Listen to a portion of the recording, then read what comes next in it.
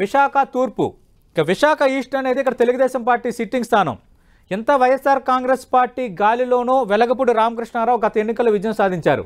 2014 ఎన్నికల్లో కూడా విజయం సాధించారు. ఒక రకంగా వెలగపూడి రామకృష్ణ బాబు విశాఖపట్నం తూర్పులో ఆయన ఒక రకంగా పాదుకుపోయారు అన్నట్టుగా ఆయన రాజకీయం చేస్తారనేది అక్కడ ఉండే ప్రజలు చెప్పే మాట. అంటే అంత బలంగా అక్కడ మారిపోయారు అన్నది అక్కడ టాక్.